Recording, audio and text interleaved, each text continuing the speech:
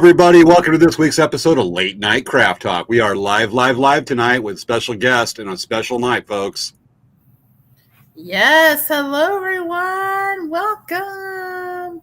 Yep. And Savannah, do you know who tonight's guest is? Who's our tonight's guest? I'm going to give you 5 guesses. Maya's here. Maya's here. What? Maya's here? Really? Maya's here. Hi, Maya. Hi, Maya. We're official because it's damn, she's quick. Well, she's on time this time, and we don't have to give her the look. Oh, I love it when she messages us like 10 seconds before we're supposed to start. 10 seconds after we're supposed to start. Where are you guys at? Yeah, how come you're not on? You're late. I know. So if you're wondering what this hold screen is with the twisty road, this is Mineral Bottom Road outside of Moab, Utah, that goes down to a place along the Green River in Canyon, just above Canyons National Park. It's a twisty road with about a 1,200-foot drop. It is pure roadrunner and coyote territory. And the road we drove down just about 3.5 weeks ago. What? Yeah, and it is fun. My mom's driven this road. And just to get the pronouncements from El Presidente, welcome everyone. Thank you for watching. And laugh, laugh, laugh, laugh, laugh. Yes, I know, right? Oh, my goodness. Sharing is caring. Are you sharing, Samantha? It is. Oh, yeah, I'm sharing right now. I wonder how many... I thought I turned the sound down on my phone. What the heck? It's a new phone figuring it out. Let's see. Did you check to see if it's live on the different places? That's what I'm looking at right now, doing our little technical things. Here we get the... All right, here's the live. Shows... Oh, we're live, so I'm sharing now. Okay, I'm trying to go there right now. Yep. My phone's still making sounds. Uh-oh, did you mute it? Yes, and it still doesn't mute. It's got this weird setup with another update from Samsung and T-Mobile. So I tell it to mute, and all of a sudden it's making noises. Interesting.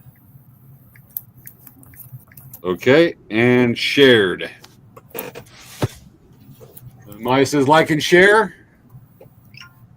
I don't think anybody should. Some people watch this video. If they're afraid of heights, you might not like the countdown screen. Just remember, you're not there. You're safe. The comfort of your own computer desk. This part gets a little sketchy. Okay, so folks, tonight we have our special guest. Vaya, you want to guess?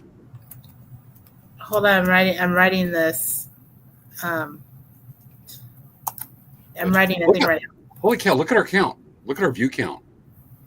Hold on a second. I can't see it yet. Hold on. No, we got. I'm sharing right now. Wait. Gotcha. Oh wow, that's good. Oh yeah. Hello everybody. So tonight is we have Ralph Preston from the Stroke Buddy Support Group. I have met Ralph previously with a group I had, and today we'll be talking about the 3-year anniversary. We'll be talking of the show once we get into the meat of the show. And so this is kind of a personal one for us tonight. And we'd almost call it part 2 of a show that we had July 21st, 2022, 3 years ago. Yes. 6 minutes. I know. Can you believe it? It goes fast. I know. Well, the time's gone fast, too. Not only is our pre-show really fast, it just feels like yesterday it was 2020, huh? I think about that. It's been 5 years since the pandemic. 5 years doing the show. Maya says it's a great topic. Yeah. And we got quite the line. I mean, we've kind of hit gold with show topics this summer. We've got some cool stuff coming up. I know. Yeah. So it's just definitely, I think that it's really important to talk about what you went through, what you're going through, and how to take care of yourself and all that. Well, we have one of the people on tonight that teaches a lot of people about how they should deal with recovery, not just about recovery itself, but how they should personally see it. I mean, there's not hand-holding so much, it's probably coaching, but we'll see where the discussion goes on that. We want to term that, and maybe a multifaceted approach on this. Yeah. Maya says, I can't believe it, 3 years already. Yep. Hey, Savannah, how many times have you met Maya face to face? 0. Really? And I've got pictures where she's come to Powell's, and I got I pictures with her caravan. know. You know what it is that you You go hit your down fam? closer to where she is. I'm Oh, true. never go to that area. You in San Diego County. I live in Indio. I know. So Really? it's funny, yeah, because no, we just don't get down. We don't go south for our True, and I business. do. We don't. We don't go south. We don't go to Imperial Beach just because it really can damage our beads, our setup. Last we did it one time, and all of our clothespins, all of our safety pins rusted, and we had to replace like hundreds of safety pins. I From remember one time I had to go over and knock salt off the brake discs of my truck after showing an Imperial Beach powwow, which is going to be weekend before Christmas this year. I know. I I totally. actually like that powwow. It's just so different. I mean, you can't go any further southwest in the continental United States. You look over, Right? it's like, hi, here's the powwow, there's the beach, the cool pier, and Yeah. there's the international border wall in Tijuana. Right. Yeah, I mean, the only powwow I know of that's that close to the Mexican border is Winter Haven, where you can walk right across the border to Los Algodones. Mm-hmm. That is a sketchy part of the road there. That is a heck of a drop off. That's scary. Nobody sneeze. That's really scary. I'm so terrified of heights. I would have a really hard time going on that. My mom had to drive Helen Howard, who's been on the show. Helen Howard, Ford Explorer out there not too many years ago. And Helen asked, "Is your mom scared of heights?" I went, "She'll be fine."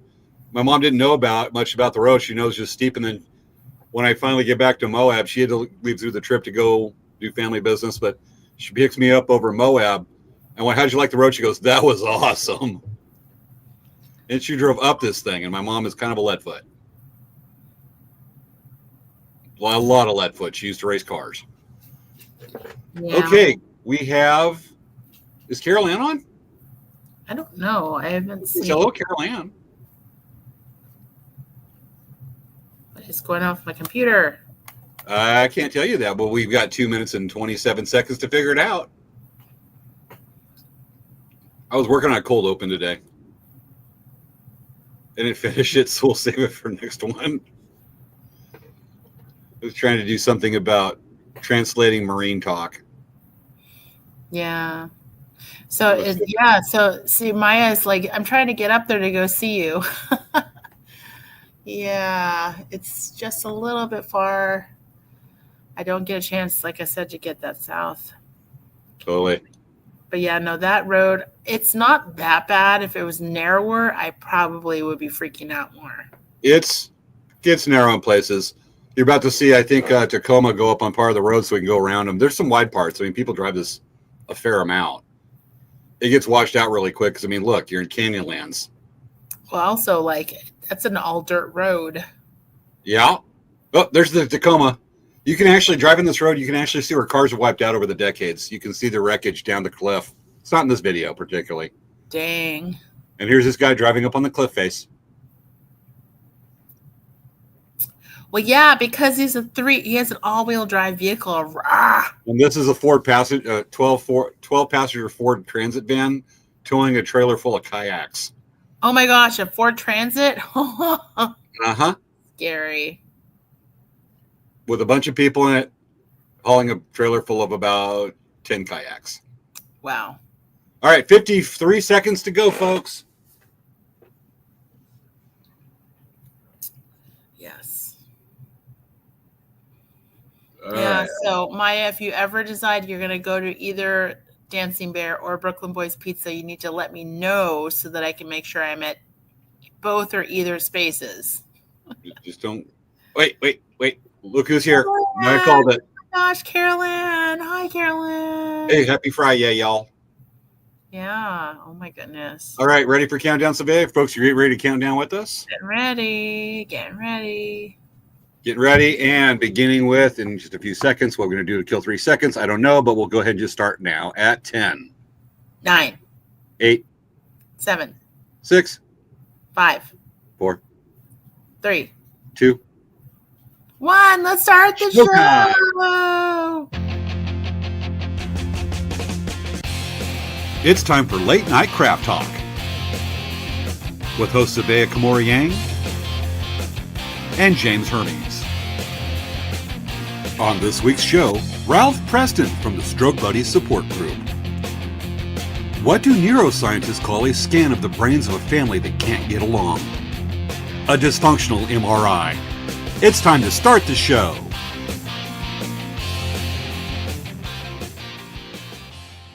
And we're dancing, but dysfunctional MRI. I decided since we're talking about strokes and stuff, I'd throw in a neurology joke.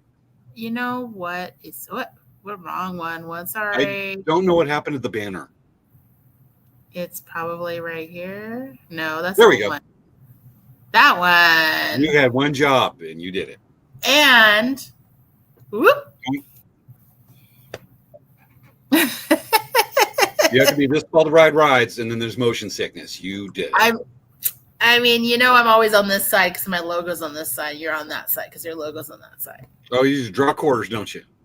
Mm-hmm. You draw favorites. You left, but I'm always right.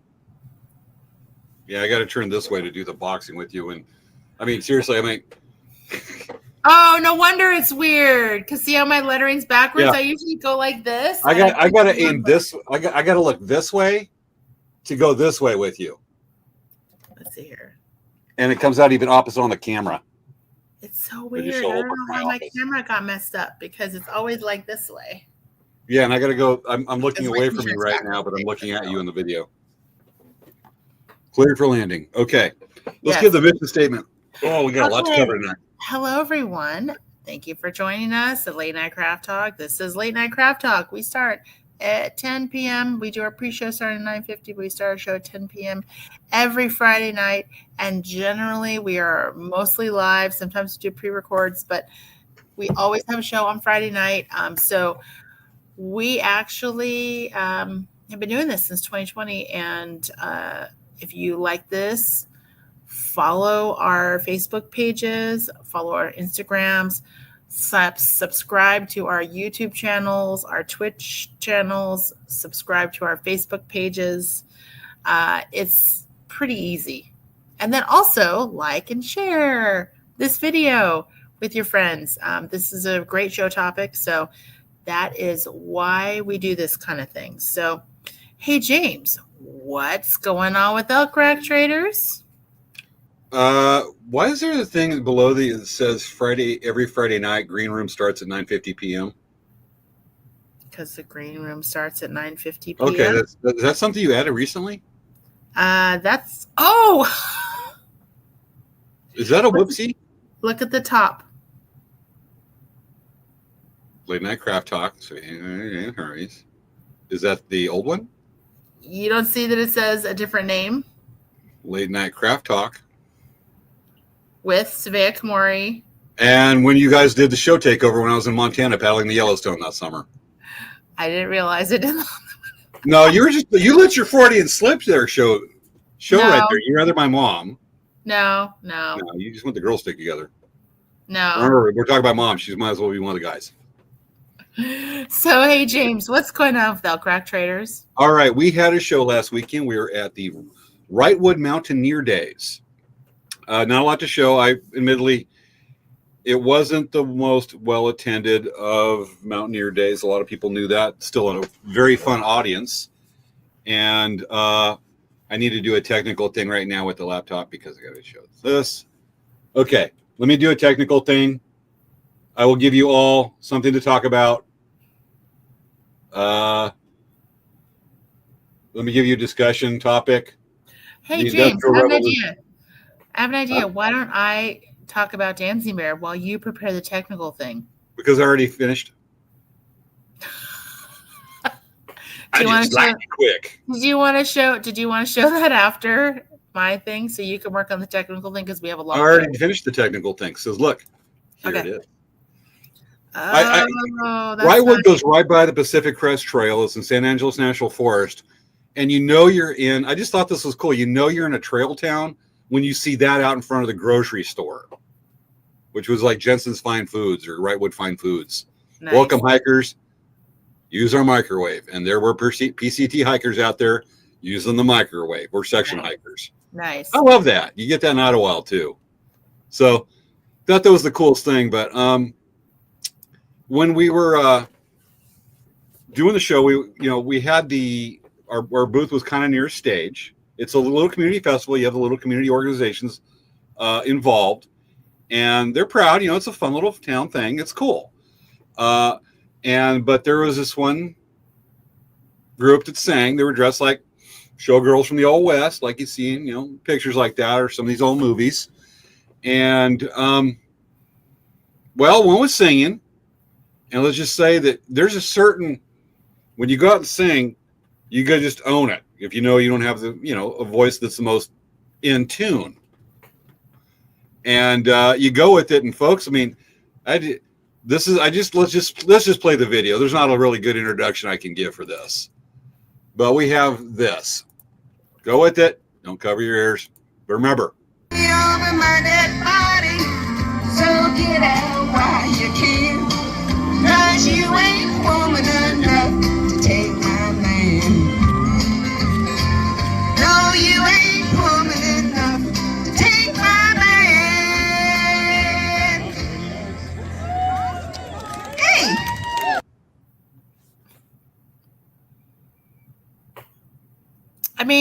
She's okay. that was the most in tune she was the entire weekend, by far. Wow. Oh, nice. I'm sure But you. when your person goes out there, they own it, and they're like, you know what? I'm gonna have fun with it, and everybody else just gets to watch me have fun, and they're lucky to do it. And that's what. So it takes a certain bravery to go out there and do that, to perform. Yes. Yes, this is true. I don't know what to say, but Savea, we can try. Just to be in all fairness, should we try singing it too? You're gonna sing. You can sing it. Well, we should have a contest. No, you can sing it. I'm gonna give you time to get brave. You can sing it. You'll do a good job. Well, you know what? Let's just say that, like, I'm looking at some of the comments. All right. Let's just say that, let's give, as we go along, we get a little more delirious because it's late right now. Let's just try at the end of the show. Maybe our special guest can be the judge if he's cool with that. Okay, I guess. We'll try, because you'll win.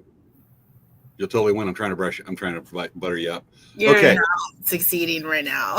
Well, I'm going to keep on trying. Anyway, so that's what we got I just can't get that song out of my head. At least it's replacing the theme song to The Greatest Showman. Anyway, I know, weird. Oh, that's much better. What are you talking about? I love that soundtrack. Anyway, what's going on with Dancing Bear? So we are preparing for Shop Hop. So for those of you who don't know, there's an event that happens at our store every September after Labor Day, and it also happens at 8 other bead stores. So it's a total of 9 bead stores that are participating in this event. So you basically create a road trip, go and check out all these stores, and all the stores have all kinds of fun things going on. Our theme this year is flowers. And so when you go to the different stores, you'll get a charm that's the flower that the store chose, and you'll be able to make a charm bracelet at the end of the trip with all of these different charms. And if you pre-register right now, which it's free to do, you would get we have these stamp charms that say Bead Shop Hop that we have made for us by an artist, by a stamping artist. So she makes those for us. And then basically, but when you go to 4 stores, you'll get a free bracelet. So you get the bracelet at the 4th store, and every store you go to, you get a charm. And so you get this charm bracelet by the end. And it's something we've done for 11 years now. So it's kind of cool. I'm very excited about it. We have some really cool things. We're working on our make and takes. I'm ordering in our charms. We're making some kits, and we're doing a whole bunch of fun stuff with that. Next thing, we got in a whole bunch of fire polish. So for those of you who work with fire polish, we got in 4mm, 6mm, 8mm, and we got in opaques, and we even have Cheyenne Pink which is really a hard color to get. That is pretty cool. So I'm excited about that. And we're really getting ready for the fall. We have a lot of powwows in the fall to get ready for us. We just placed tons of huge orders. All the products going to be starting to fill into the stores in the next few weeks. So it's definitely something that's pretty neat. We're working on. I am very excited about that. And update on my mom. She's doing a lot better. We found that a couple of her medications were not working well with her and making her lose weight. So we're right now trying to get her to stop losing weight and starting to gain weight, and basically trying to fatten her up with lots of food. And she's actually been eating a lot more, and she's actually more motivated to walk more. So that's a really good thing. And additionally, for those of you who have been hiding under a rock that don't know, yesterday was Disneyland's 70th birthday. And for those of you who know about me, we are big time Disney fans here, and we were at Disneyland yesterday for the birthday party. It was really cool. There was they had a parade with 2 of the original cast members that opened the park in 1955. There's not very many left. So that was pretty amazing. And then on top of that, there was a birthday cake that they sang Happy Birthday to Disneyland, which is kind of fun. But they had Bob Gurr there, and Bob Gurr is actually one of the Imagineers that designed the Haunted Mansion Doom Buggy. And my friend got a chance to talk to him, which I thought was pretty cool. But yeah, it was a really cool day. And I was going to share some photos really quick with you guys. Let's see, sharing screen, Facebook. Okay. So can you see it? This is actually the map for California Adventure, because by the time I got to Disneyland at 1:30, they already had given away all of the Disneyland maps that say July 17th, 2020. I don't think we're seeing it. We're seeing the singer from Wrightwood. Oh, hold on a second. This happens. Thank you, StreamYard. Are you taking that off? I'm taking it off. Okay, and let me add, move, and stage. We're looking at pictures of a duck underneath my truck. Oh, you know what is so weird? I think that what There we go.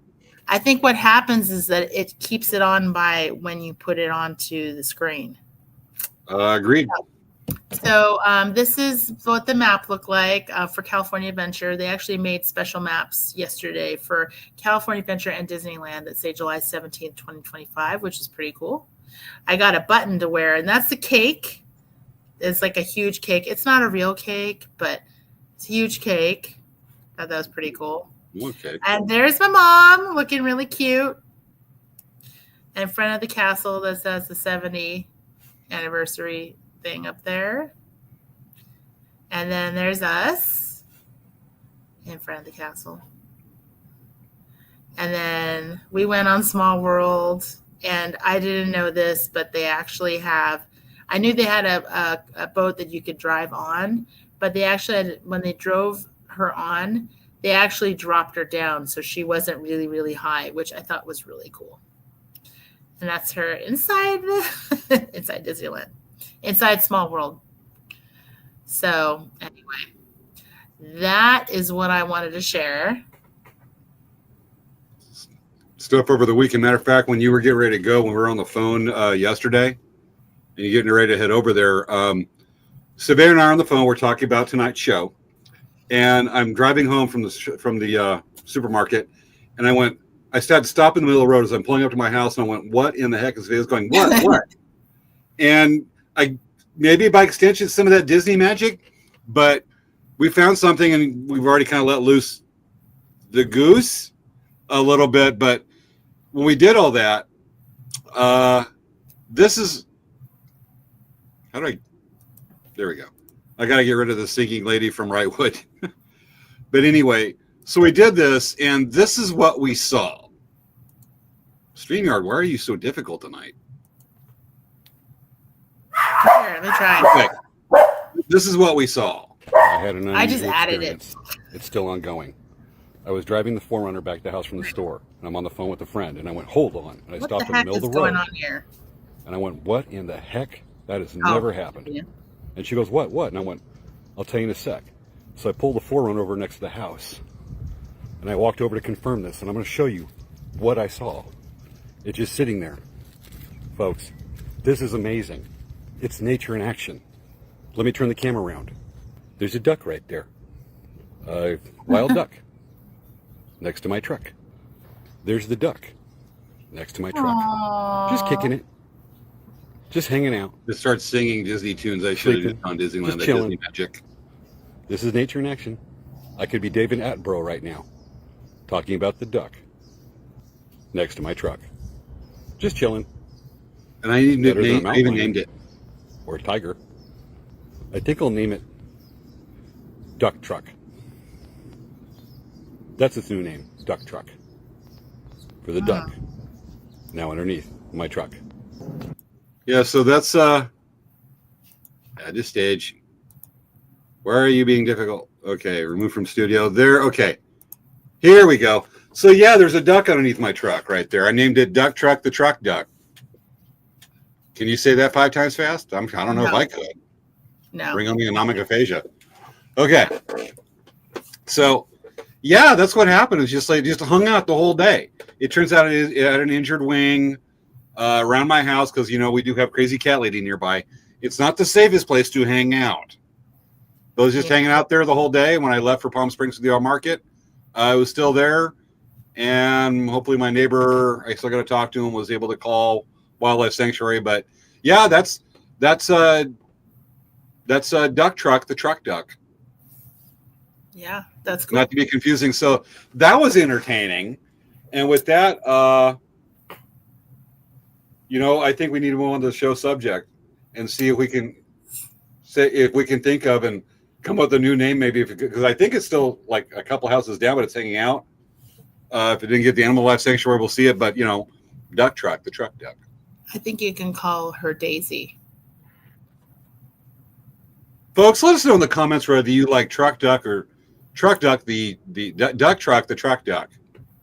Or Daisy. Apparently, I'm confused, but I'm The blind. reason why you would name her Daisy is because she was found on the day the Disneyland turned 70. Which is Yeah, but it totally- wasn't singing nature songs songs in English to me, show tunes. Yes. Okay, so hey, James, let's get started. Yeah. Yeah. Well, maybe it was. Hold on, let me bring back that video. See if we can bring back a part. I think actually it was start singing to me. Let me make sure. No, that wasn't the duck. Okay, I had to make sure on that one. Definitely didn't happen. But folks, it's time to. We had a great segue there, didn't we? Yes, it was. Ralph, you're on deck. Okay, folks. We mentioned during the pre-show that 3 years ago today was a life-changing experience and could possibly be, but is not turning out to be, the worst day of one's life. It was today that I was out jogging and suffered a stroke, an ischemic stroke. And as you know, in the fall, our longtime viewers know that changed the course of everything. And that was probably the deepest, most heart-feeling show that Savannah and I did, because we both talked about recent health scares that we completely threw out that week's show and then made a new one, talk about health scares and know the warning signs. I actually rewatched that show a couple days ago. And with that, part of the recovery from that is joining a support group. And there was one I found on Facebook, one particularly helpful. And over the years, as I watched, I haven't posted anything in the support group. I rarely do these days. But that first few months, I watched one person, and over the years, one person come on and constantly answer advice, answer questions, give advice, help people. And he's been tireless in the way he does that. And we have him on the show tonight. His name is Ralph Preston from Stroke Buddies. And let's see, we have the screen right there. So, folks, welcome to the show. He's been waiting patiently for the last 20, 30, half an hour. We welcome to the show Ralph Preston. Ralph, for bringing you on deck. Folks, give Ralph a big thank you for being here, and thank you for coming on tonight with us. Mind you, where Ralph's at, it is 1:20 a.m. in the morning on the East Coast. That is dedication. That's just a little hint of the energy he gives and he brings to people, try to help people who's coming on the show tonight. Ralph, thank you for coming on. Welcome to our show, to Late Night Craft Talk. Well, thanks for having me, and happy stroke anniversary, James. Thank you. And it's the reason I've been wanting to get on the show for a while, and thank you for saying yes. We talked to you a couple weeks ago. So with this, I mean, I can bring on the PowerPoint if you want to tell is that part of your own personal story you want to tell on that one? Sure, whenever. Okay. That'd be fun. Because my first question is to be that, with what you've done, I give a little introduction that you've, and we'll definitely go more into that about how you spend so much time doing that. But can you tell us, and I don't know if it's reflected in the PowerPoint, I'll get it loaded if it does, but can you tell us about what could have been the worst day of your life there in 2008 and what brought you from there to forming Stroke Buddies? Sure. Well, why don't you go ahead and put up the PowerPoint then? All right, let me get it loaded up right quick. So I got the first few pictures basically show I was a 58-year-old guy going along, thinking everything's good, lifelong vegetarian. Day before my stroke, 2 days before my stroke, I ran 4 miles in 32 minutes. Not bad for 58. The day before my stroke, I was with my video camera shooting in a Chick-fil-A and had a hemorrhagic stroke on my exercise bike training for the senior games. So how could that happen? And when you get to the PowerPoint, James, you can just flip slowly through not slowly, but you flip through the first couple slides and land on the what happened slide. Okay. Yeah, So I'll go through the first couple here. Yeah, working with the camera, riding my bike.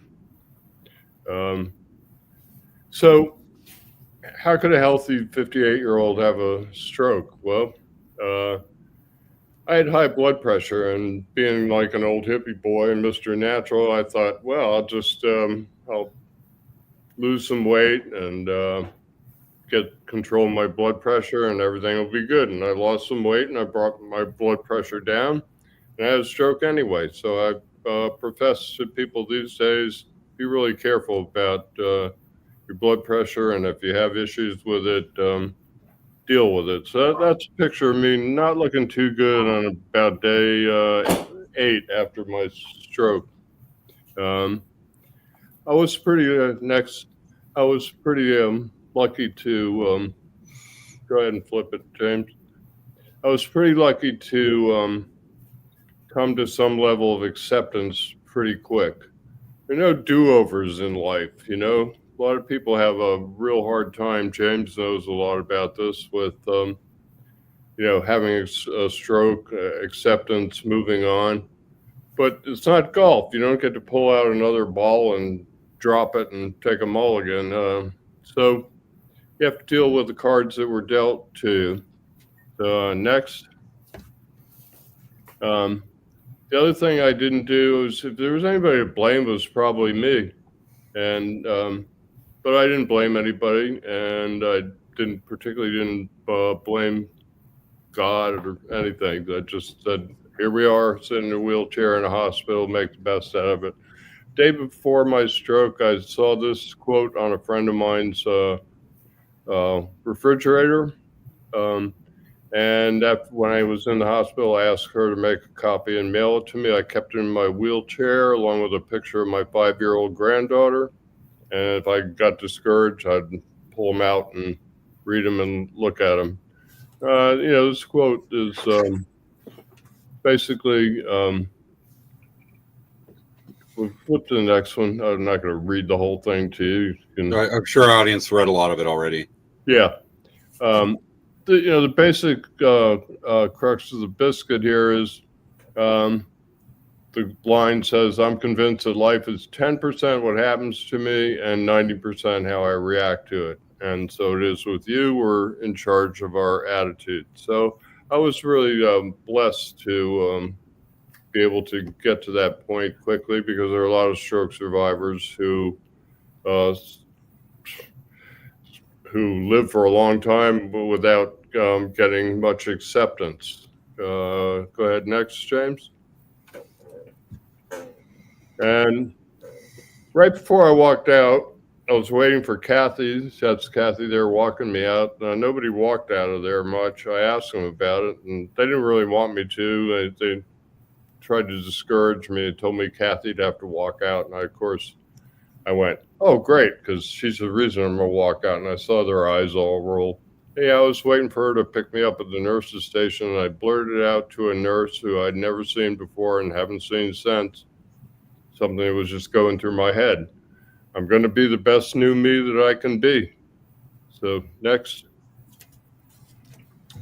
So I get home, and that started the road to recovery and independence, which is it's a long haul, no matter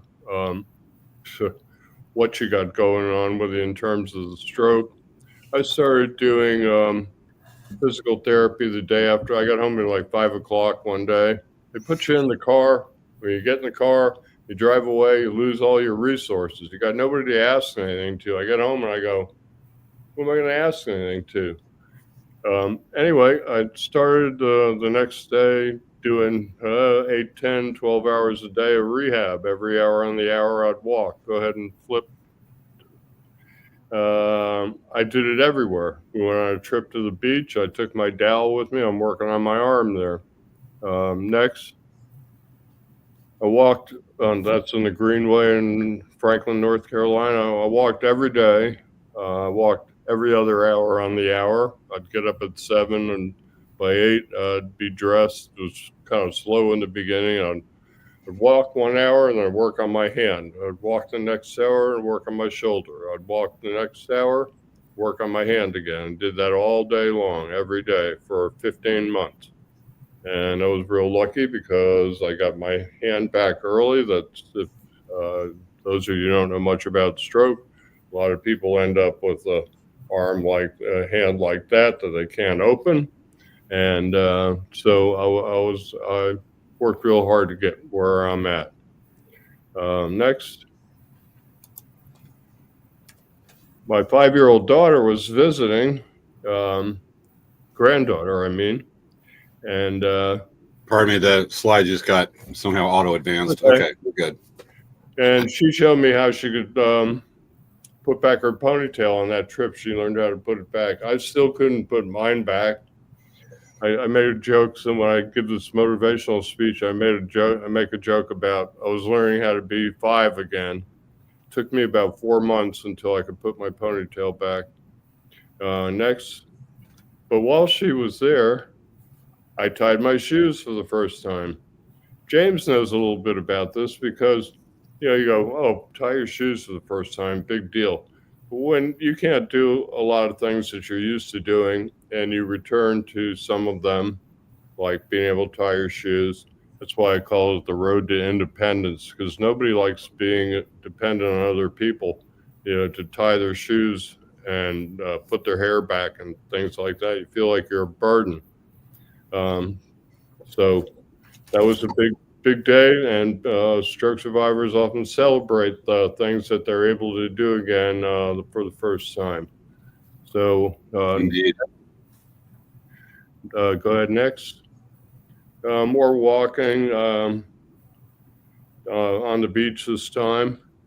I'm a videographer and still photographer. Flip to the next one. And I worked freelance. For the first 6 months or so, I didn't take on any new work. I was lucky enough to be able to afford not to do that. And my wife was working, and I had a few jobs. And I thought, I should cancel them. And I said, no, I should show up and try, because a lot of life is about showing up and trying. So this is a meeting planning meeting for development, against development again, actually, that they wanted me to do next. So I showed up and did it. This was a 6-hour presentation on human trafficking that Zonta wanted me to record. At that point, I could only stand up for about 10 minutes at a time. I'm going, okay, I got 6 hours behind a camera. What am I going to do? I'm going to show up and try. So I did. I sat down a half a dozen times, and as soon as I'd sit down, I'd feel silly. I stood back up, and probably that day, there were probably times when I stood up for about an hour. So that was real self-affirming because, up until that point, I had not been able to do that. So next. And I do a lot of volunteer work with Habitat for Humanity. And take a look at the mud there on the right of that wall. I'm actually standing on a muddy 2x4 with shoes that are covered in mud. So I've got my hand on another one of those columns there. And it's about a 26-pound broadcast video camera I got in my hands. So I just kept showing up and trying. Next. And the cats and that. Anyway, this is a picture. Like I said, I'm a photographer, and I hadn't gone out and taken any pictures. One day, a friend of mine who was also a photographer called up and said, "You want to go on a photo outing?" And I said, "Sure." So I took her to Cowie Mound. That's a Native American Cherokee mound there in the background. And a lot of butterflies there. She was interested in them. When I sat down on the ground, I was just decided rather than chase the butterflies around, I'd sit at that milkweed and wait for one to come. So that's what I did. And when I sat down, I wasn't sure whether I could get up on my own, but I had a friend there, and she could always help me get up.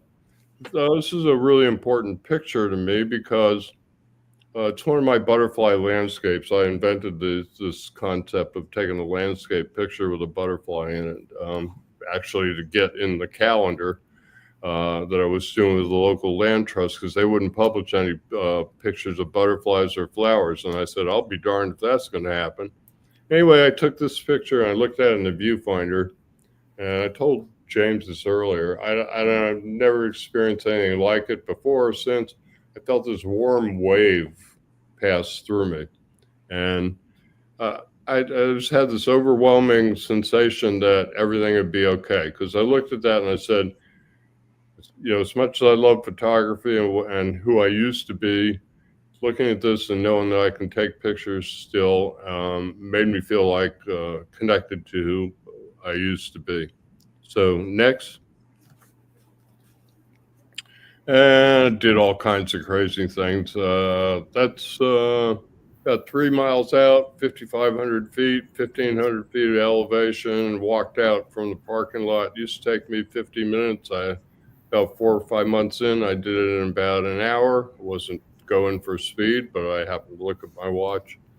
And so after I go ahead and next.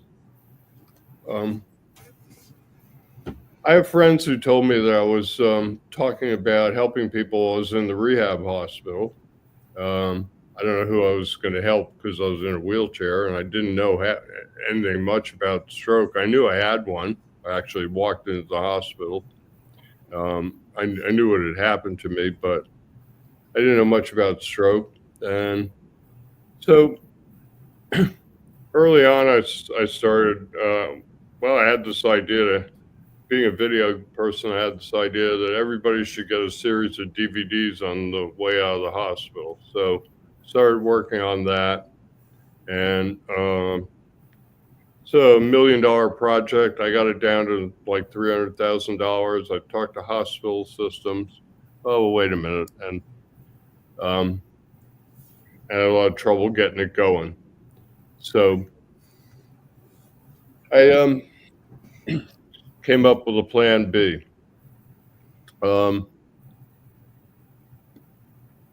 Everything in, we all need a good foundation. And I got my foundation from my mom. Those are 2 different pictures of her when she was younger and older.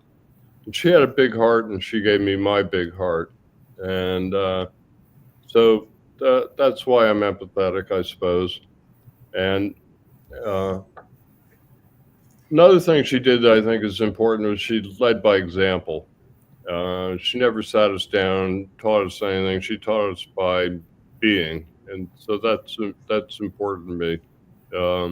Next, so like I said, I was always a videographer. I started my video company in 1983. I started doing habitat videos in 1987. I probably made 40 free videos for rescue missions, nonprofits. Most anybody who asked me, I made 14 habitat videos.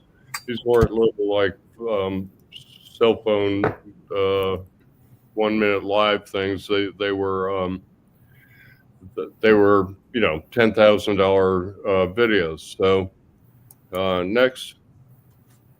So when I had the stroke, I just switched subject matter and over to helping stroke survivors.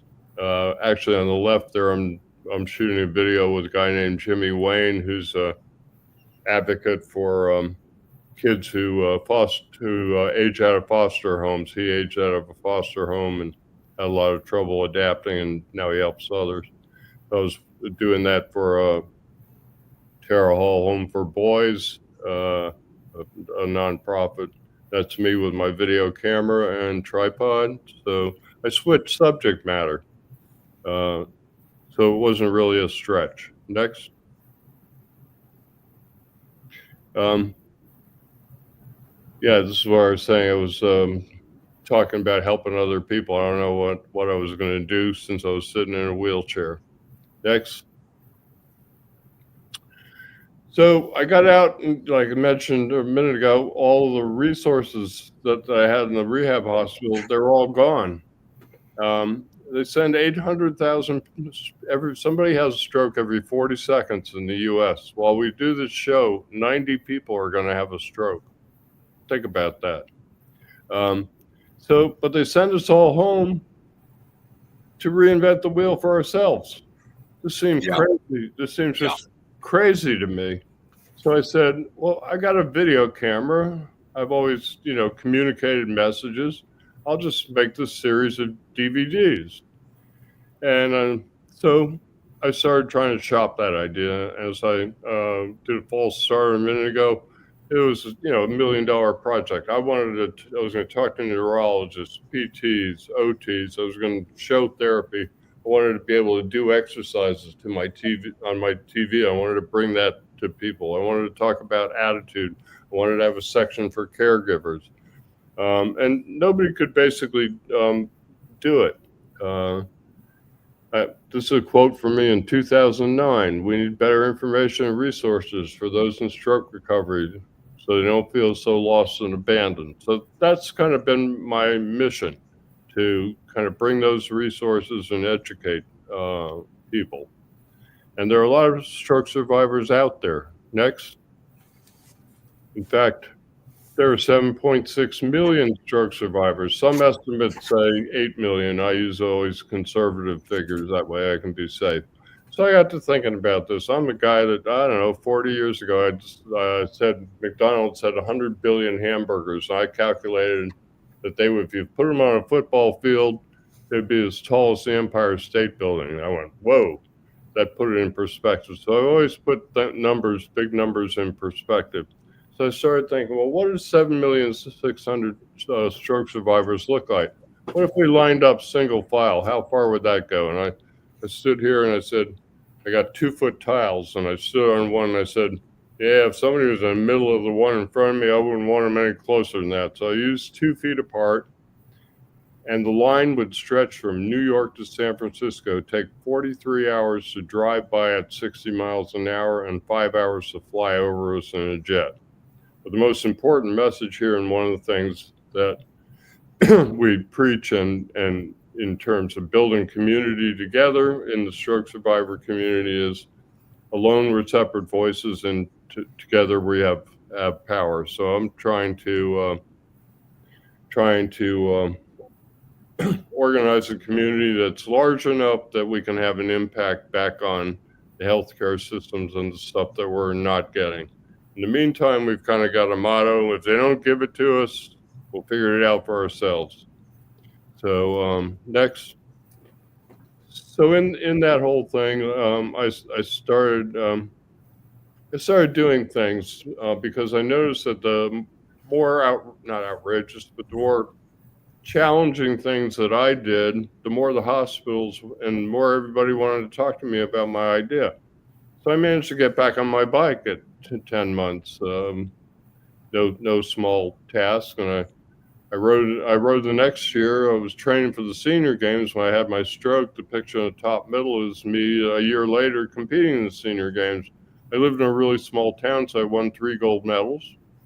And I went on to the States. I knew I'd come in last. The funny thing was I came in last only by about 10 seconds, and I had more in me. If I'd known that, I could have come in second to last. But I was there mostly for the photo op and to show people that recovery is possible and to draw attention to my project. So in the lower left, that's me in the senior games. And the lower middle, that's I'm raising a couple $1,000s for North Carolina Stroke Association. And then I started giving motivational speeches, again, to draw attention to the fact that we're not getting what we need and try and figure out a way to bring some more resources to people. So next. So I went through different things. North Carolina Stroke Association couldn't help me. All the hospitals said, we'll help you, but we can't take it on ourselves. So I started working with a Young Stroke, a nonprofit, and I worked with them for about 5 years. They said I could do my project through their 501c3 nonprofit until they talked to the lawyers and accountants, and then they told me no, we couldn't do it. Next. So I came up with Plan B, and I'll tell you about Plan B in just a sec. One thing I did was I found a local retired physical therapist, and Kelly in this picture, I started a stroke support group at the hospital, and Kelly was the only one who came. We had a couple people, and she was brought by a woman who was doing physical therapy with her under a physical therapist. And when her grandson was born, she went to visit her daughter, and she asked me if I'd fill in. Do you want to fill in? I said, sure, I don't know anything about it, but I'm happy to fill in. So, that's okay. Larry, the physical therapist, will teach you. He taught me a whole semester of graduate school, he told me, in 45 minutes. And so I started working with local stroke survivors, and I liked it because I learned a lot. Next. Took about 8 people to pool therapy with another friend of mine, Kathy Walsh there on the left. She's not a therapist. She's a water aerobics, water instructor, fitness instructor. Next. Worked with about 13 people. This is Kevin. We used to do sit to stands until he could get out of the wheelchair. And on the right, that's him taking his first walk without the cane. Yeah, if you look close, he's got the cane in his hand. He said he wanted it for counterbalance. I said, it's counterbalancing your brain. It's unbalancing your body, but I'll never take it away from you. And I didn't. And about a month later, he said, I'm ready to walk without the cane today. I didn't want to take it away from him because it introduced fear and set him back. So next, another did pool therapy outside too. Next. So Plan B, I went through a bunch of iterations with nonprofits. After Young Stroke, I got hooked up with Tri-State Stroke Network. It was one of 5 regional stroke centers funded by the Center for Disease Control. And I gave a motivational speech from which a lot of these pictures came from. And they were going to completely fund my project. And we started planning on it. And the CDC, in their infinite wisdom, that's sarcasm, pulled the plug on all 5 regional stroke centers, and they were on my plan. So I'm like six years in now, and I always do what I say.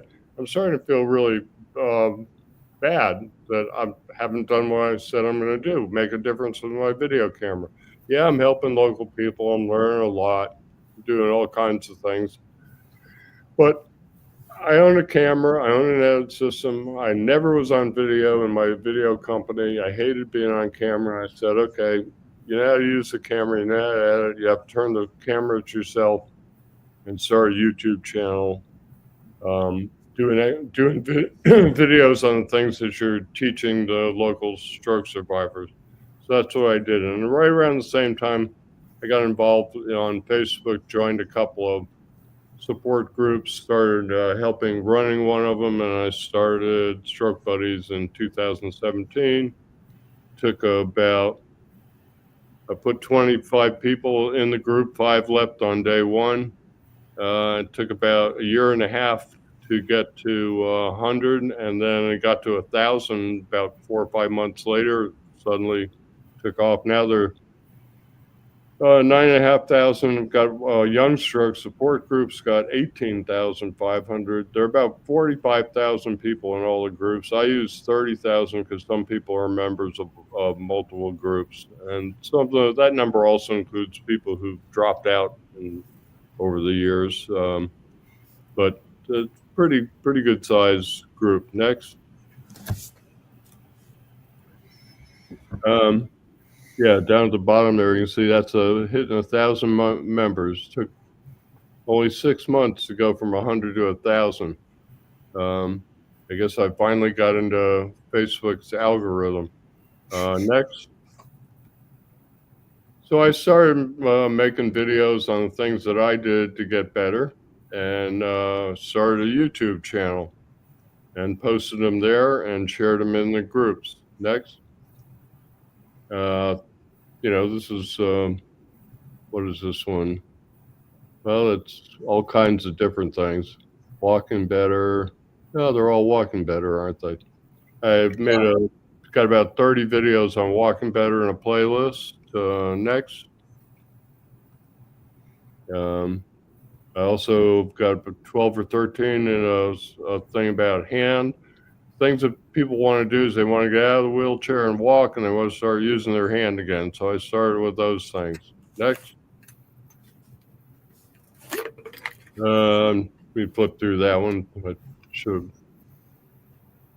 kind of more of the same. And they got a lot of my videos are real short, from 1 minute to 3 minutes long. 2 minutes and 45 seconds, I think, is the longest one. And I don't talk about, having what a wonderful day it is and where I am, and I'm having a double decaf latte. I go right into the exercise video. I keep them simple. I explain what I'm doing. I explain how it benefits you. And I have a lot of credibility because I don't do retakes. If I screw up, I leave it. And so people realize that, it's not an actor. I'm a real stroke survivor. I got a lot of good compliments. Still do. Next.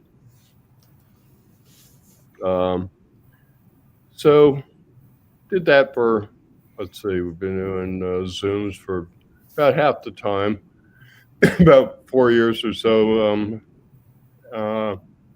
We started doing Zooms during the pandemic, a lot like you did. And it just happened to be the pandemic. It was the next step for me. And actually had a Zoom account right before the pandemic. I had a YouTube channel. And so we started doing Tuesday support group meetings. And first we just talked, and after about 10 of them, I said, there are a lot of people doing this. This is good. And I started a separate talk show, and we turned towards science. And I started bringing on healthcare professionals, therapists, doctors, neurologists, anybody who could share some information with us about recovery. So, and we still do that. We're on number 138 next week. So next, that's just another thing we had. That was a presentation by Dr. Hetzler. He's a neuroscientist, taught for 45 years neuroscience, and had a stroke and actually returned to teaching after his stroke. Next. Yeah, and so this is a compliment about the about the science, recovery in science Zoom meeting. Next. And these are some feeds from, or screenshots from the group feed. Being a video guy, everybody I saw on Facebook and other stroke groups who was doing videos, I invited them to our group. We had a lot of people. I believe that when you see somebody else in a video getting better, that's the most educational and motivational thing that you can see. You can see what they're doing and maybe try that yourself. But more importantly, you can see them making an effort. And motivation's a bit of a challenge after a stroke, right, James? I'm sure you battled with it. There's been days. Yeah, so I'm painting this rosy picture. I had bad days. I did antidepressants for a while. I just tried not to string too many bad days together. But I had a few days that were in the crapper, and I just went ahead and did my physical therapy anyway. I'd get up and I'd go, I don't feel like doing it today, and I'd just do it. It's kind of like running. Once you start, when you start running, you go, why are we doing this? Why are we doing this? But after a quarter mile or half mile, you say, okay, get in the groove. So I just get up and do it even on the bad days and see if I couldn't get back in the groove. So next, another attaboy. This, if you read the very end, been the guiding light during times when mainstream therapy has fallen short. This is kind of reinforcing the we don't always get what we need kind of thing. Next. What is this? Oh, yeah. We'll flip through these kind of quick. So people started messaging me. James mentioned I've actually answered every single person that has ever messaged me. And let's see, what do we got here? Botswana and where else? Oh, Singapore. Anyway, go ahead next. I've probably got 1,500 different people in my messenger. Mexico, India, Malawi, Africa. Next. Canada, England, South Africa, wherever people message me from, I'd answer them. And in many cases, I would, we got some, they would send me videos. I'd critique their walking.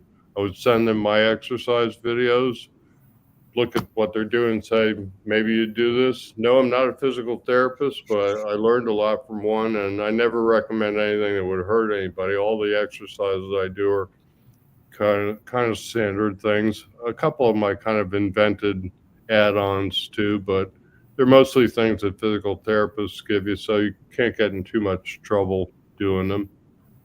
Next. So, there's this old, if you build it, they will come. If you have the information they need, if you make them feel like they're part of something, part of a community. Next. And this is real important. People tend to align themselves with the culture and around them. So I've always kept a really positive culture in the group with the videos, and we're just always positive. So if you're a new member and you come in and you see people helping others, survivors helping other survivors posting videos, you go, okay, this is what I'm supposed to do, right? Because people will respond to the culture around them. So that's why it's important. And So people would come in, see the positive culture, and just respond positively. And I have no idea what kind of difference I can make in their recovery, but I've had a number of people tell me that the videos and the groups and the things that we were doing did make a difference to them. So, for everybody that says something, there are probably 20 people who don't say something. So I just keep firing. I just keep putting it out there. Next. It's important to engage people and try and keep up that culture. Next.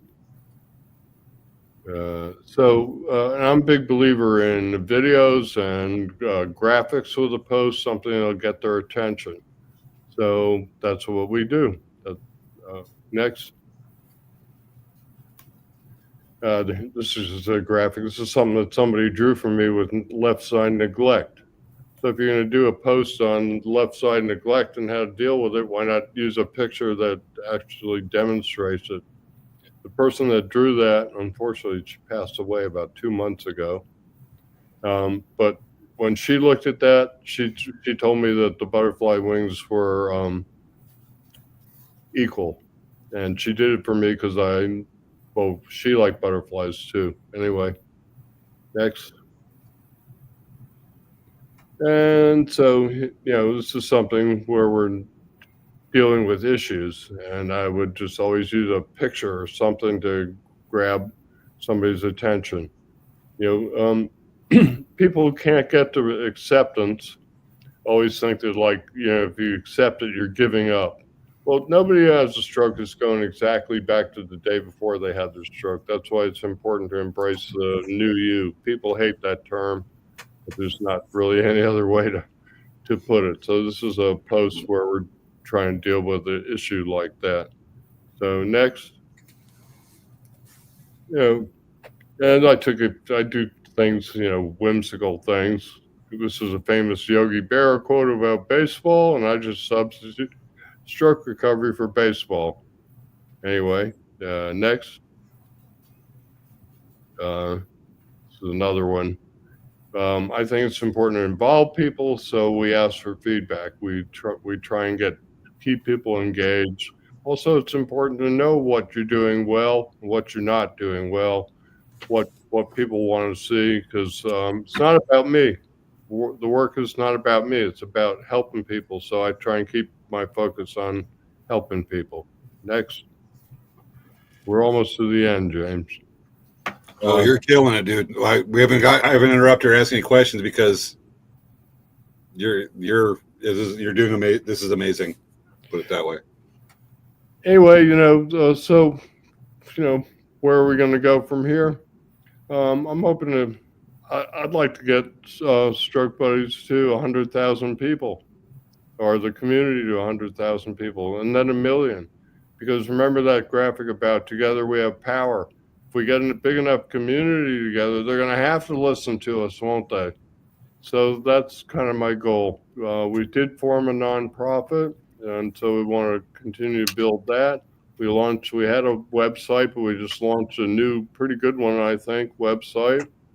We want to work on our way towards 100,000, but that was like, when I made up this slide a few years back, that was like an unobtainable goal, and now we're at 45.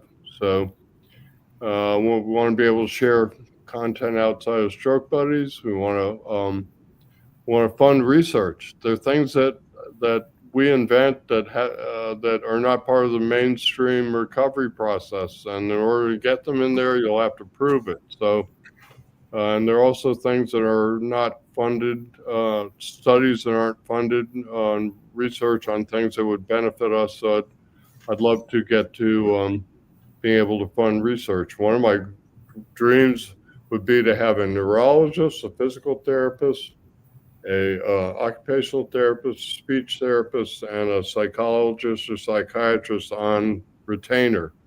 So we had professionals that we could ask, anybody could ask questions of, and we could get those answers that are so hard for us to get. We want to work with more academic and corporate partners, more hospital systems.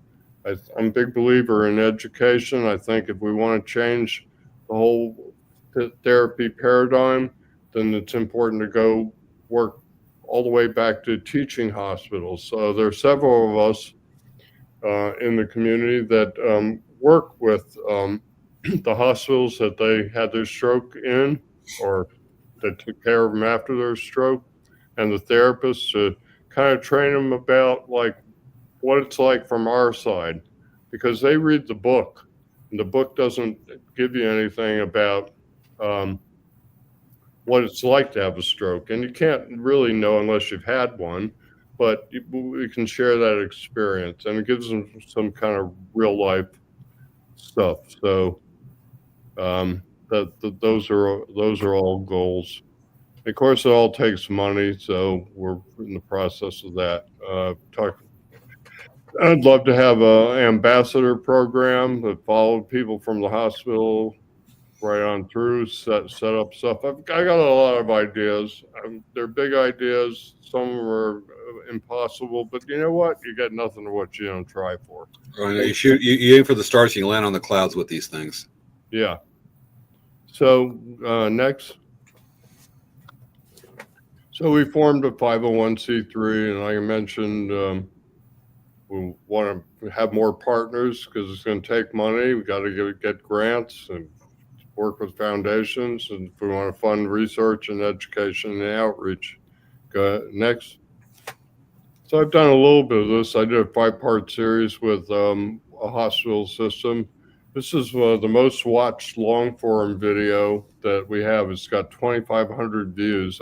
In this first one, it's just part of 5-part series. In the first one, I probably answer about 100 basic questions about stroke. What is one? What's important to do? I tell people that they have to become their own physical therapist. They have to become their own best patient advocate. They have to learn everything that they can about the brain and recovery. And of course, you have to do all this when you're not at your best, when you might be in a wheelchair and you might have a hand like that. So it's a difficult road. Next. So these are more partnerships. I've been working with the Medical University of South Carolina's Stroke Recovery Research Center. That's a mouthful. These are some studies that they're doing. I'd love to bring some studies and some research to them to have them validated so we can get it accepted by the mainstream. Next. And we're a community of volunteers, believe it or not. I'm actually running Stroke Buddies at this point. James, you're going to be shocked at this. I'm going to tell people the truth. Running Stroke Buddies, well, first of all, I funded everything myself for first 10 years or so in all my stroke work. I probably dropped $20,000 or $25,000. I'm running Stroke Buddies right now on about $150 a month and some volunteers. I do a lot of the work. Got one other serious volunteer, some admins and stuff. Everybody in this picture except Dr. Carol and the second from the left on the bottom is a stroke survivor. And we've got yoga teachers, people. Mitch is a physical therapist in the middle and top. So it's a volunteer effort, an effort of love. And when I started doing this, there were not many people were doing Facebook and support groups. And I thought I was kind of unique. What I've since discovered is about, I don't know, at least a third, maybe as many as half of stroke survivors want to pay it forward. They want to make it easier on the next guy. So I'm trying to organize us all and into some kind of cohesive movement and move towards all the things that I talked about today. So next.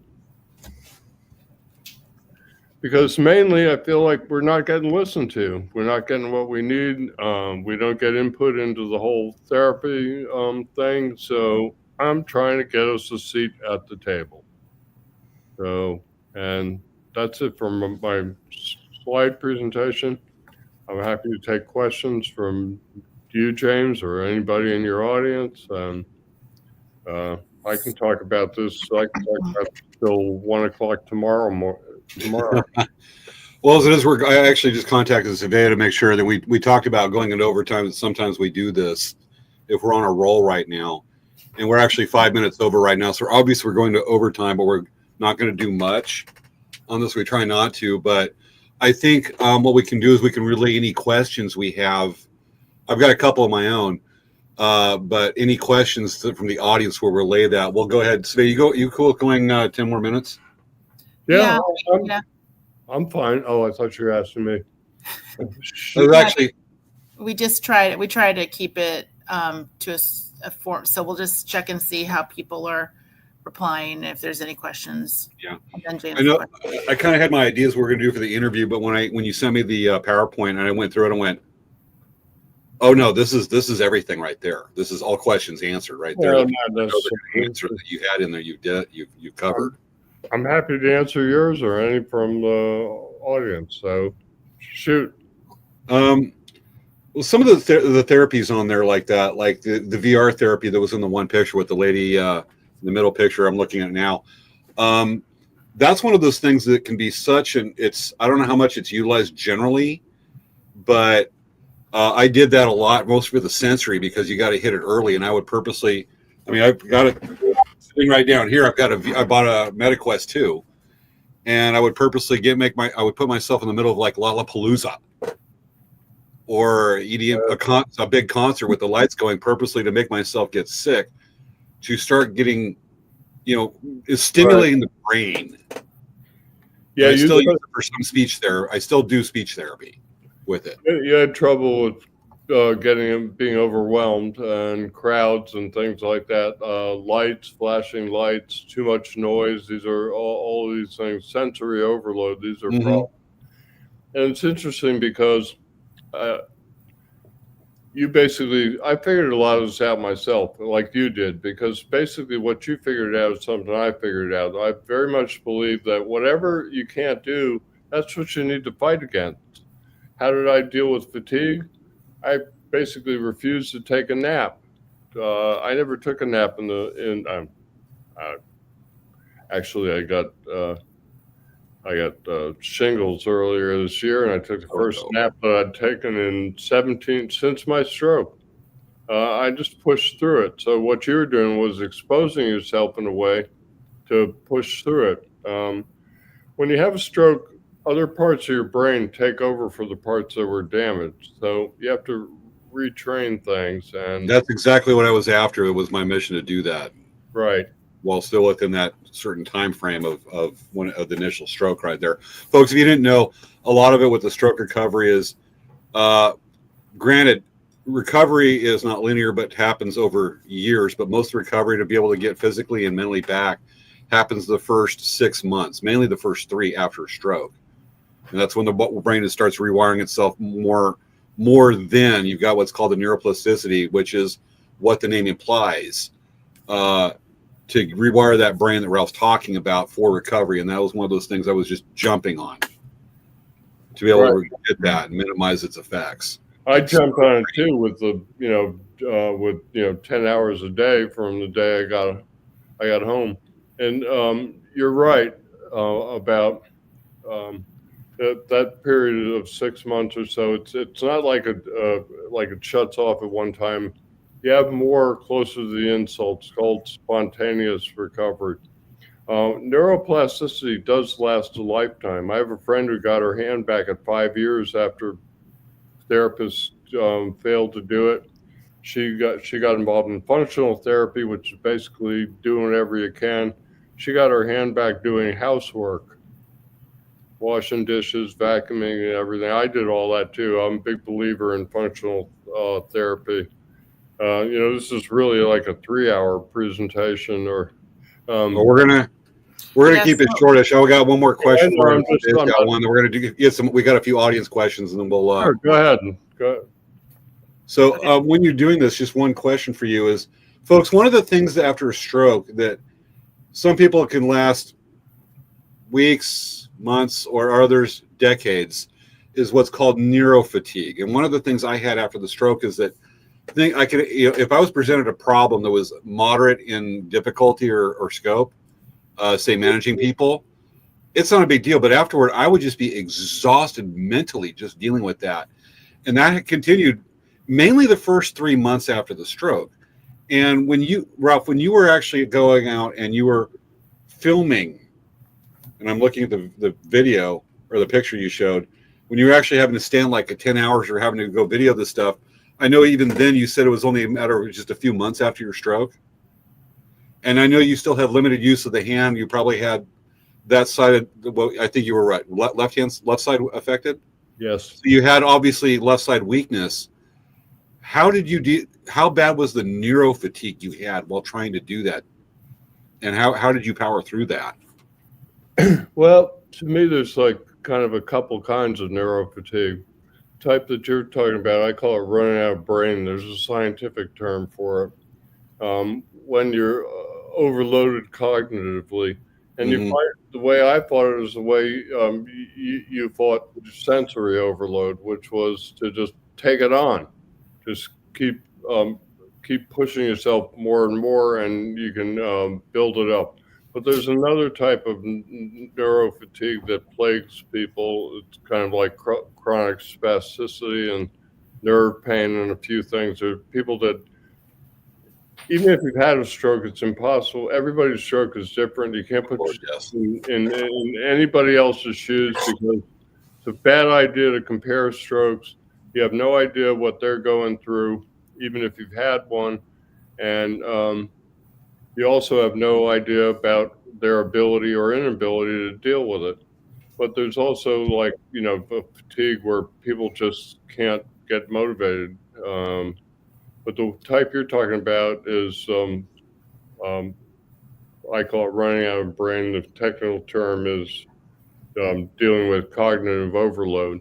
I've actually got a program coming up where we're going to talk about dealing with cognitive overload, and then we're also going to talk about how to build up, how to build it up. That's the flip side. I've had therapists who had me walking the John Wayne wide walk, monster walk, or John Wayne walk, and doing state capitals or math in my head to try and build up that process of rewiring. A second ago, we were talking about neuroplasticity. One of the things I really try and get people, one of the reasons that acceptance is so important is if you sit around having a pity party during that first 6 months, you're burning neuroplasticity. Yes, it lasts a lifetime, but while you've got that spontaneous healing going on, you really need to jump on it like you did and I did. And if there was one thing I could change about stroke, other than eliminating them so nobody ever had one, would be to get people to somehow come to some level of acceptance early on, because if you don't, then you're not dreaming. If you're not dreaming, then you're not planning. If you're not planning, then you're not executing. So I think it all starts with some level of acceptance in order to move forward with your recovery. And this is true of any kind of recovery, not just stroke recovery. So yeah, there could be a whole. We could have a whole show dedicated with you on here just to talk about the psychology of recovery in general. You've been dealing with it so long, and just the conversation we have with this. So, James, we had a question from our audience. Yeah. Say, were there any signs before your stroke? Any warning signs it was about to hit? This comes from Maya. Not really. Like I said, I had my exercise bike. I had 15 seconds left to go on a ride, and then my leg wouldn't go around. I did have a warning sign, but nobody knew it was a warning sign. Because I had high blood pressure, I was loading logs into my truck, firewood into my truck, so it involves bending over and lifting things. And I ended up with like a little, I saw stars, black stars. It ends up being a detached vitreous, which in my case is not detached, but they still call it that. And that was a warning sign, but nobody, including the doctors, knew it was. But since then, since that time, I've learned that that kind of event can be a bit of a warning. Most people don't get much. Quite possibly that's because not everybody, but a lot of people's strokes are caused by things that they're doing or not doing, and those things tend to make you blind to things that are going on around you, and so you can easily miss warning signs. So typically they come out of the blue. Some people have something called a TIA, transient Transient ischemic attack. attack. It's a definite warning. If you have one of those, you need to get whatever is causing the clotting under control, because Mom. not always, but that's a really good indicator that you're getting ready to have a stroke. So people who have a TIA get a bit of a warning that other people don't. Like you said earlier, James, it's a life-changing event, and kind of comes out of the blue, and you're kind of not ready for it. Yeah. If I can just explain a little bit of the background what the TI is called, for folks, you might know that as a mini stroke. Yes. If you have that, it is not, it mimics a stroke. I want to get super technical, but it mimics an actual stroke, but recovery of, facial droop, what's also called like a palsy, even though it's completely different, but facial droop, right? One-sided, one-sided weakness of the body can usually be recovered within hours to weeks. Mostly, typically hours to days. Yeah, I was just saying, I would more like hours to a day or two. The thing is, it's interesting because nobody escapes. In the groups, I see this question all the time. People say, I had a TIA and I'm walking fine, my hand works fine, and everything's good. I'm lucky I dodged a bullet. But what's up with all this neurofatigue and short-term memory loss and being overwhelmed and stuff? Mm-hmm. Well, guess what? So what happens is, guess what? You had a stroke, a mini stroke, albeit, but still, nobody really gets away completely scot-free. I always laugh to myself. No. I never laugh at anybody's symptoms, but I laugh to myself when I read, I'm lucky I dodged a bullet. I don't have any issues, but what's up with short-term memory loss, neurofatigue, and being overwhelmed? Well, absolutely. I mean, that's one of the things I've done. So, this is gonna be news to you, but right there and right quick, we might do really one more question, but since the stroke, and I didn't tell you this when we did the pre-show meeting, I decided when I was in ICU, I was in medicine, I was doing EMT stuff and kind of working toward being a paramedic in the 90s. Let it go. And I don't like to live a life of regrets, but right there in ICU, I decided I missed the hell out of this. And I made a commitment to become a PA in neurology. I'm starting year 3 of school doing pre-med, and I've already got the EMT certification, so I can start building up patient contacts to hopefully in the next couple of years become a PA, physician assistant, and specialize in neurology because of the stroke.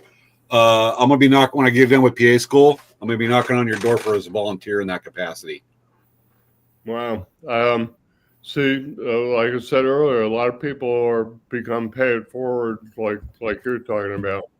If you have a life-changing event, one of the things that I've always been empathetic.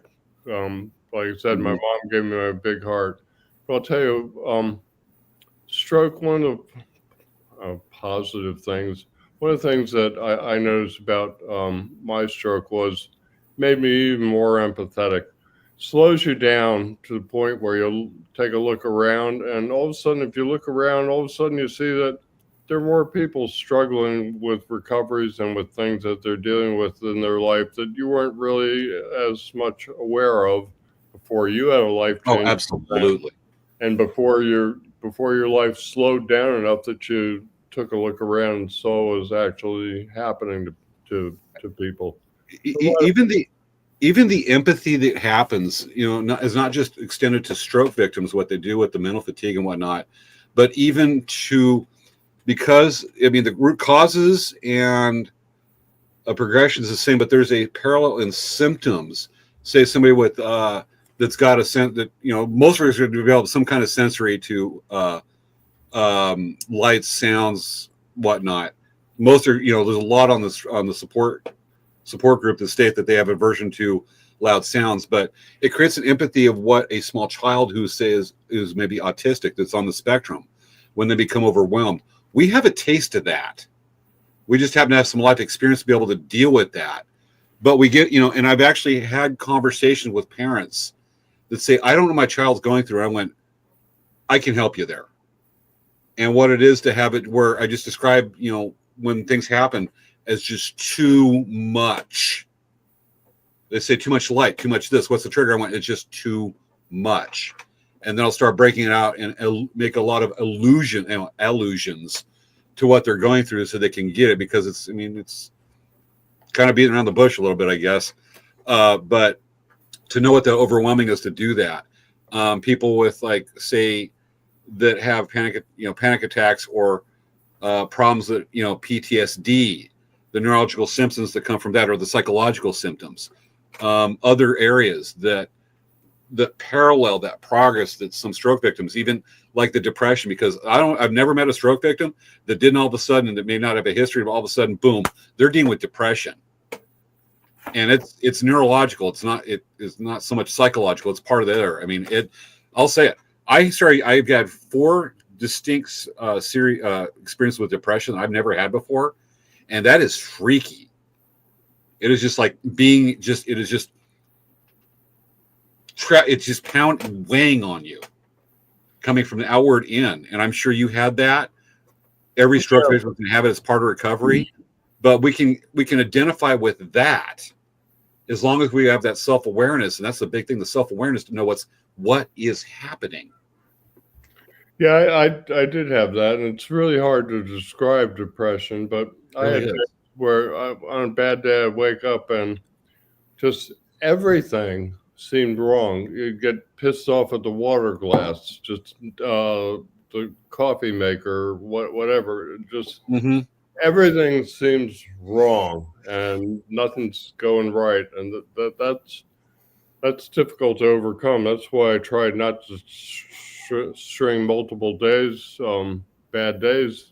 If I had bad days the next day, I really tried to bounce back as much as possible, because the deeper you go into a rut, the harder they are to get out of. And if you can bounce out of them, have a bad day here and there, you get better at getting out of the shallower ruts, if that makes sense. It's not something that can be easily powered through on that one. I've actually had to skip a show a couple times. When I told Savannah, I said, this is happening.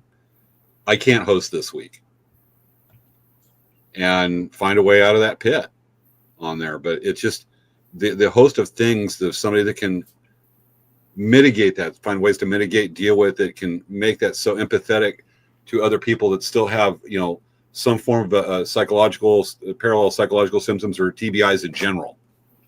And I guess it could be argued in a way that even say PTSD can be considered a TBI, which is, folks, that's a traumatic brain injury.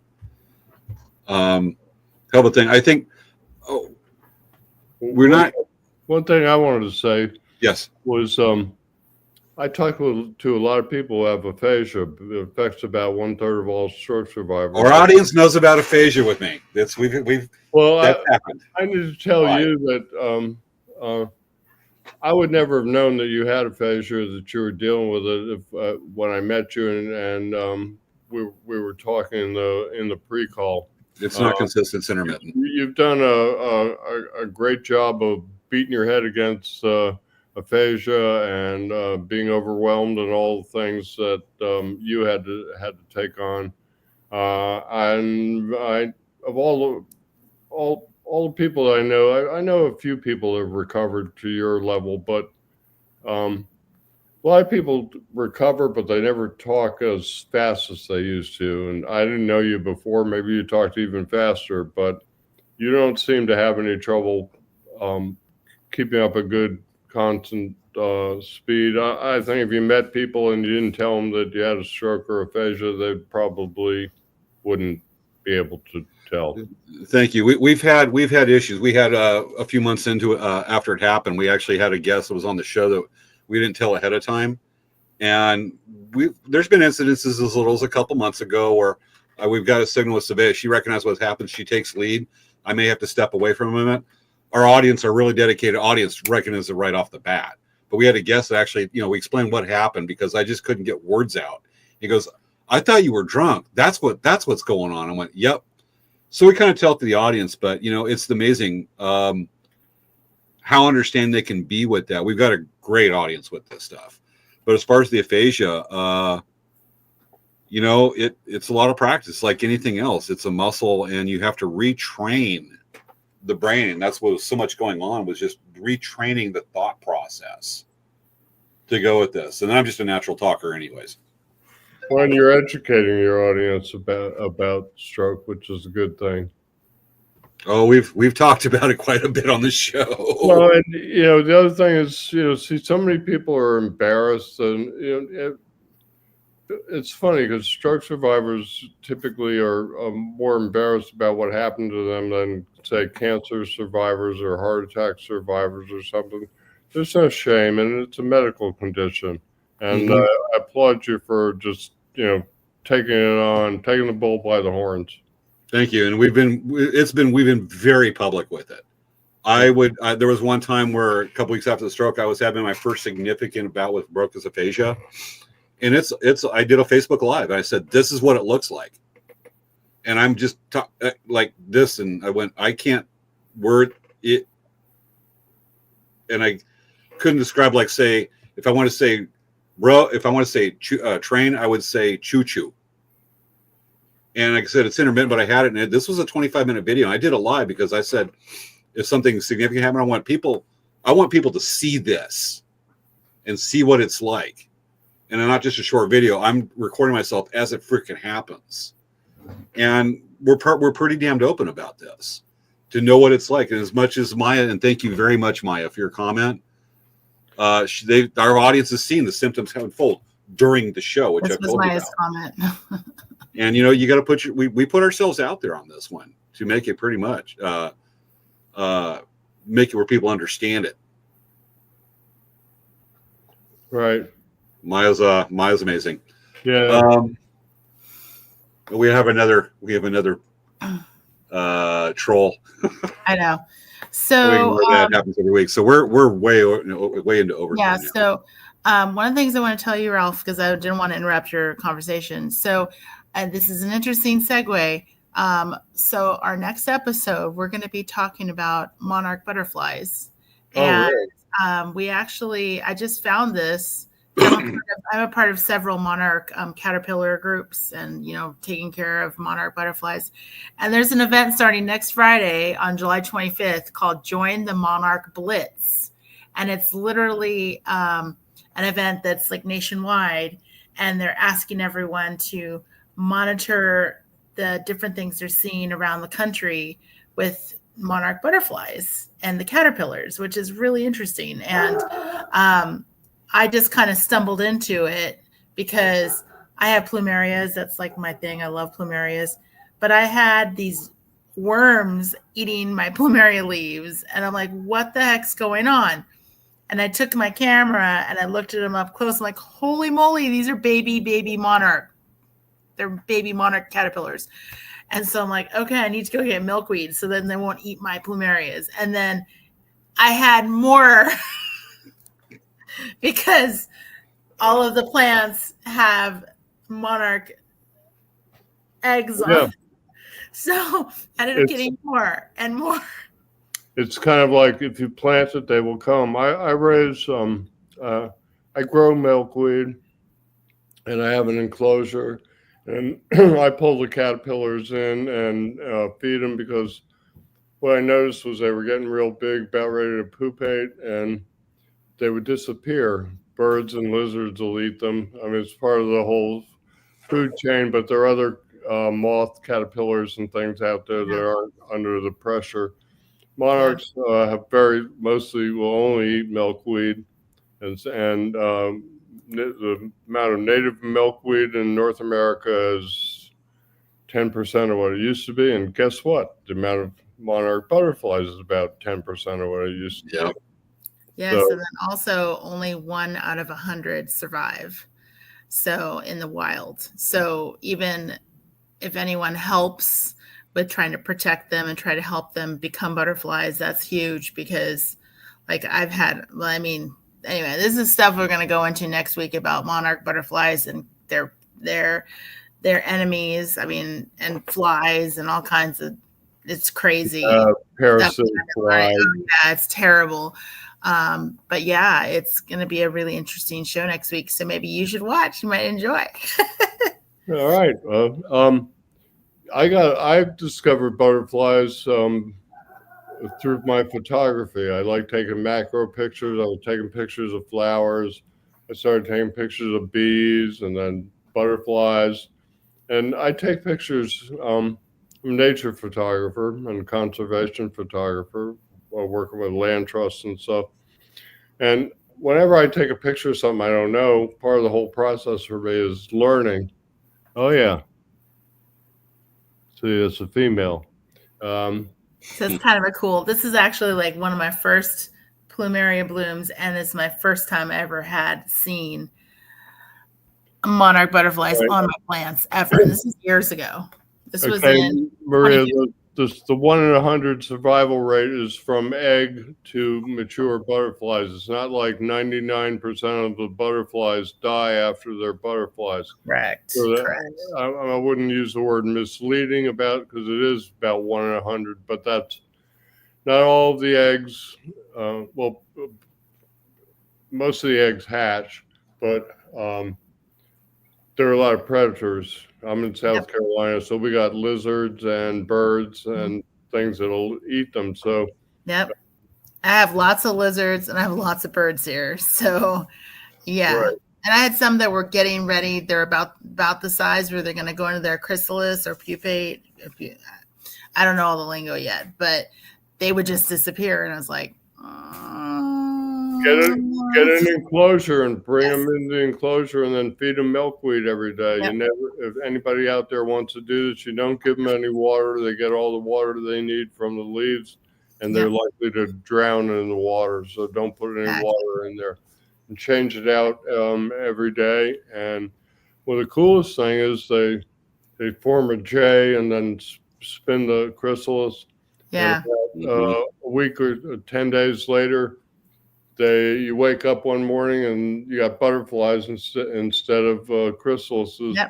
Yep. And they dry themselves off for a few hours. If you ever get to watch them come out and pump up their wings with fluid, I cannot wait. it's amazing.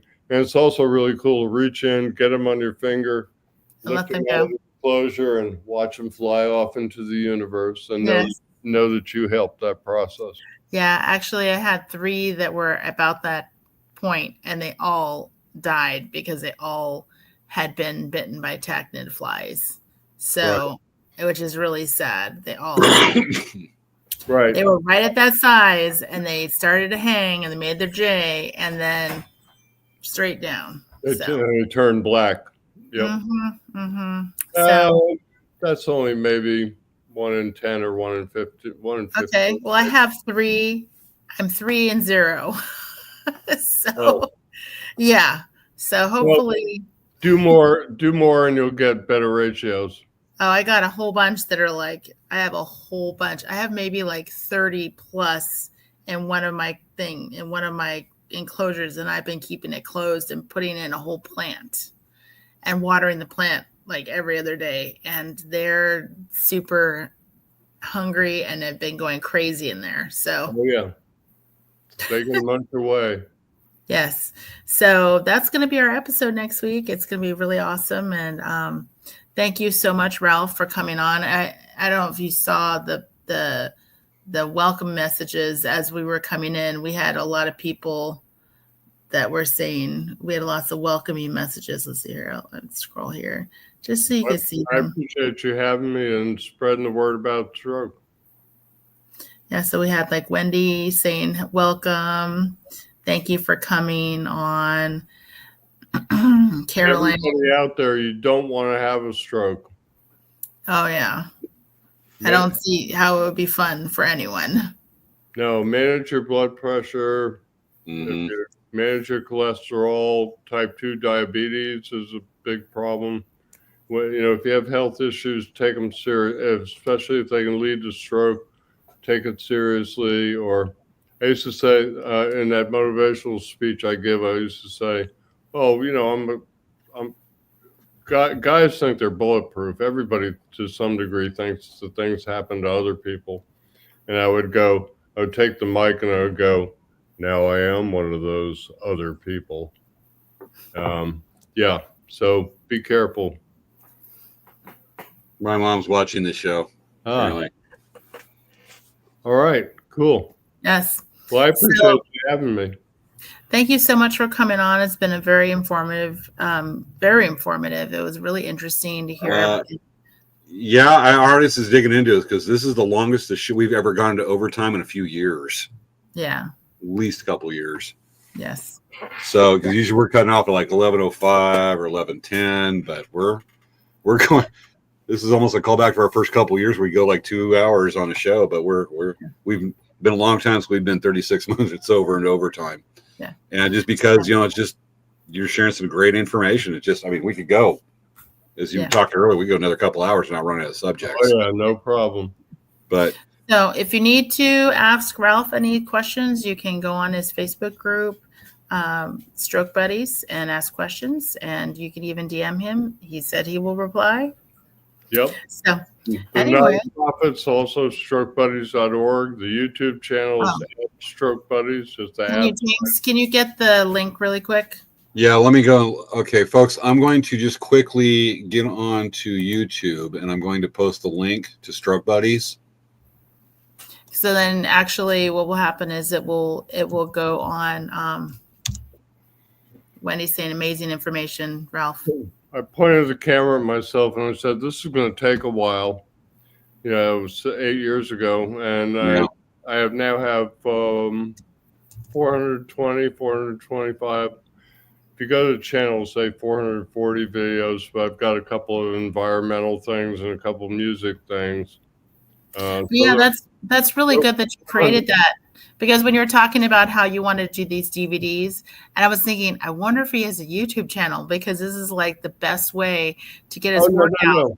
The DVDs, my stroke was 17 years ago, so the DVDs were the delivery system at that time. Mm-hmm. By the time when I couldn't put that whole project together and came up with Plan B, I immediately went to my YouTube channel. I had one before I had my stroke. If I do one thing over, I wish I'd taken videos of myself early on. I wish I'd gotten into the whole video thing early on. Don't know why I didn't, but I had a YouTube channel because I used it. I had my demo reel. I used it to get work, to get video work. Mm-hmm. So, the DVDs were they're gone. We've gone to streaming. Oh yeah. So let's see here. These days it's QR codes and links to this stuff. Links to YouTube or even Tubi, Vimeo to put these videos out now. Yeah, saves a lot of money on buying CDs and getting a burner for the old desktops. You remember those days? Yes. All right. Well, thank you so much, Ralph, for coming on, and we all really appreciate you sharing and taking care of everyone. It's pretty awesome. Well, I'm happy to. Yeah. There's an old quote I like to think on this one that you totally match on this one is I'm trying to remember here. I can't tell you who said it, but of he who serves his fellow man is all his fellows greatest. Well, I'm not grabbing you on that one. I'm not real religious, more spiritual, but the prayer of Saint Francis says, "It is in giving that we receive." We used a song around the prayer of Saint Francis in a Habitat video 35 years ago, and I kind of just live by that because it feels good to help. You know what I'm talking about, James. Oh yeah, the time you put into it and the years the consistency. I'm sure you take little breaks where you got to take care of you. Yeah, You got your personal time to keep yourself balanced on that one. Stephen calls it sharpening the saw. Yeah, if you don't take care of number one, you can't help anybody else. Bingo. So James, do you have the end credits loaded? Oh yeah, we're good. So Okay. again, Ralph, thank you. We're going to bring our end credits, folks. All right. Next week, Monarch Butterflies. If you got anything, last comments here? Again, really great presentation. Thank you so much for coming on our show, and keep on the good work. And I really think that's awesome what you're doing. Well, and thank you for you. helping. Hold on, let me pause that. That wasn't supposed to pop up. That's okay. That's all I was saying was thank you for having me, and I will keep up the good work. Yay. Thumbs up. As long as We I approve. can. Yeah, and James too. You're on a path to help a lot of people, James. You are. And you'll be rewarded for it. I don't mean, I mean personally, spiritually. And hopefully a large pizza. I like stuffed crust. Thank you, guys. All right, audience, this has been this week's episode of Late Night Craft Talk.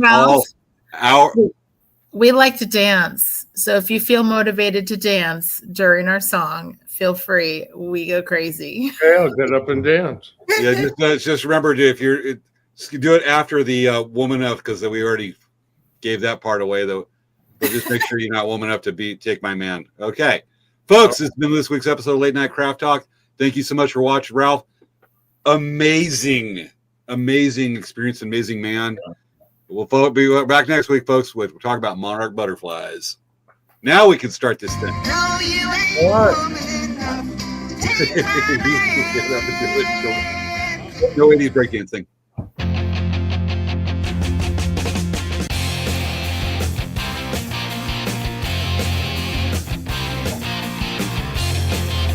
We here, professional.